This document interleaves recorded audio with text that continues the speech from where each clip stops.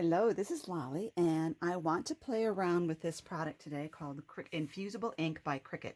This is a box of transfer sheets, and what this is these ink transfer sheets that make a design go into the fabric, whereas with this one, as you can see by Mickey here, how he has cracked through the years. This is because it's vinyl ironed onto a shirt, and eventually you're going to have that cracking. And so it's pretty bad. Poor Mickey, huh? So this, instead of the image being sitting on top of the fabric, it's actually a part of the fabric. It will be infused into the fabric.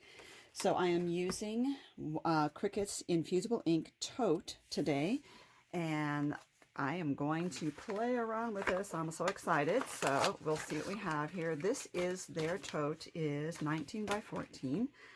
I love the handles, nice and dark. And so I'm going to use this pattern here because I think it'll give me a really cute, cute image here.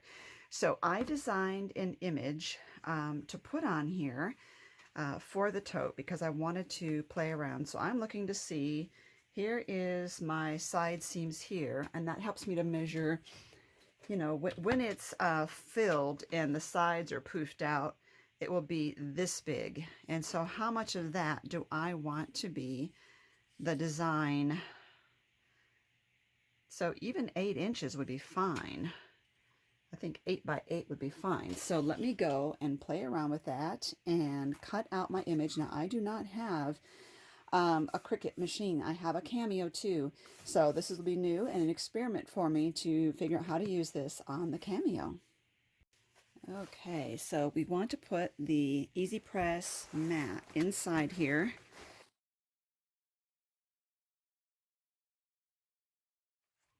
And then cardstock.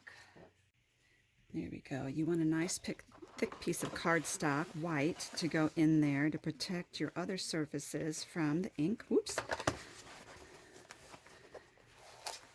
Okay. And I reversed my image.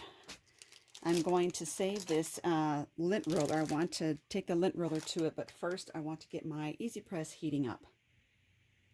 And while that's heating too, I want to get this weeded. This is the design that I created. I'm trying to only hold the parts that are going to be removed and not the actual design itself, because you don't want to get your fingers all over that. Apparently the oils from your hand could interfere. There we go.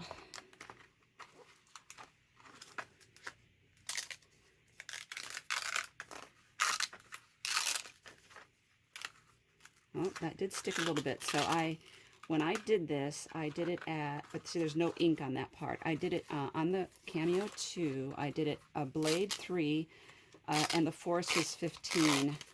I might want to do a little more force next time. But at least, although it's tearing, the part that's remaining on here doesn't have any ink on it. It's just paper. So hopefully that would be okay.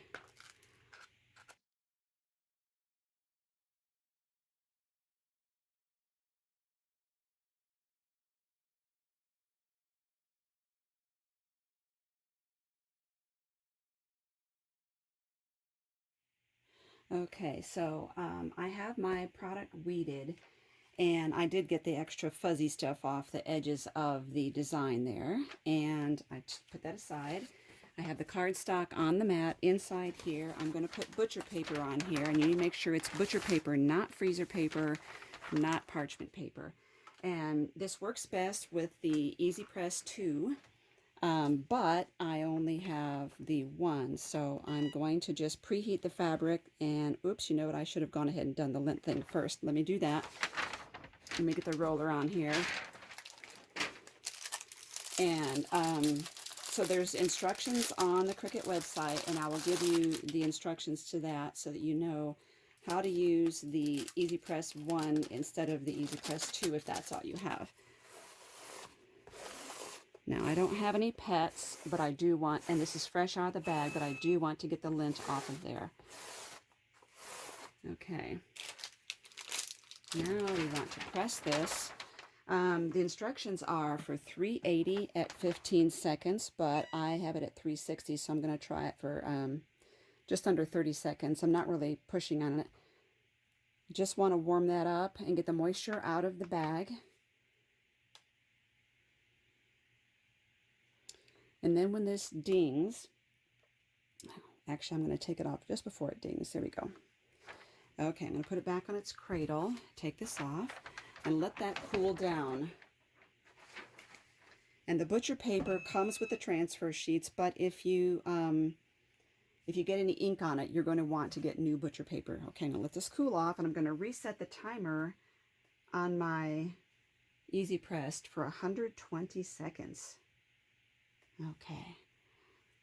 I'm going to try and see if I can feel the warmth over here. I'm not touching it. I'm just feeling the heat, you know, kind of radiating off of there. I'm going to pause the video. Okay, now I'm going to take my image and put it pretty side down and see if I can get that closer to the top. I'm looking at the handles as my guide for how to center that. This does have its own adhesion on the transfer paper. So I could tape it. We do have some tape here. I might just give it a little piece of that just to make sure. You don't want to move this at all. And so they have their heat resistant tape.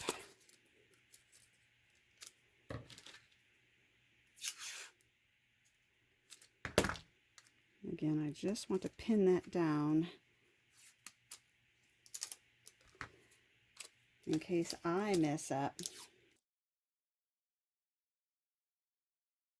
Okay. I'm going to put that butcher paper on here, and I've got this set at 360 for 20 seconds. I'm looking to see where my design is, and I'm going to put the timer on, and I'm not going to push on it or slide it at all. You can see it counting down now here.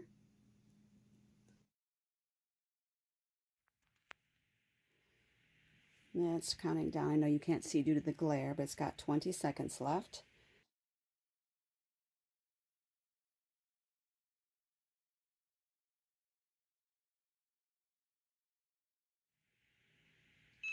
I'm going to pick it slowly straight up without wiggling it. Put it back in its cradle. Let this cool off a bit, and then I'm going to take the butcher paper off. Okay. I'm just going to lift that straight up. And I can reuse this if there's no ink on it, and I don't see any on it. I'll fold that up, but this has to be cooled completely before I lift that off. So I will pause the video. Okay. Let's peel the tape off.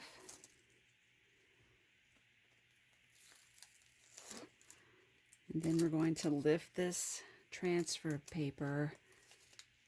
Oh my gosh. Oh my gosh. How cute is that? Now I'm going to zoom in here so you could see this. That is adorable. Oops, sorry. That is the pattern. It's so brilliant. It is down into the fabric. It will never peel. It will never crackle. That is so cute. And when I was weeding, I did see that I had tiny little dots in the middle of the E's, in the middle of that P. It was not like this P, and I decided to leave them because of the busyness of the pattern. I thought it would be more, I didn't know if you would really be able to see the little white dots inside there, so I left them like that. I think this is so adorable. Oh my goodness. Let's take this out. Oh, how perfect is that? So I will keep playing with those Cameo settings. Like I said, it was a blade of 3, a pressure of 15, but I think the pressure could have been 16 or 17. I did do a test run on it, and the test run did well. I was able to get the little fuzzy papers off with just the tweezers that I had left over, so along the edges here, but it all did really well. It is super, super amazing. So you want to know a little secret? This tote is in a giveaway now. I am doing a giveaway for this tote for my peeps. If you would like to win this tote, it is open to international. Leave a comment below. Please be a subscriber, and I will draw a winner. And look at the information underneath this video, and also at the end of this video, and I will tell you when the drawing will be. Thank you so much, everyone, for watching.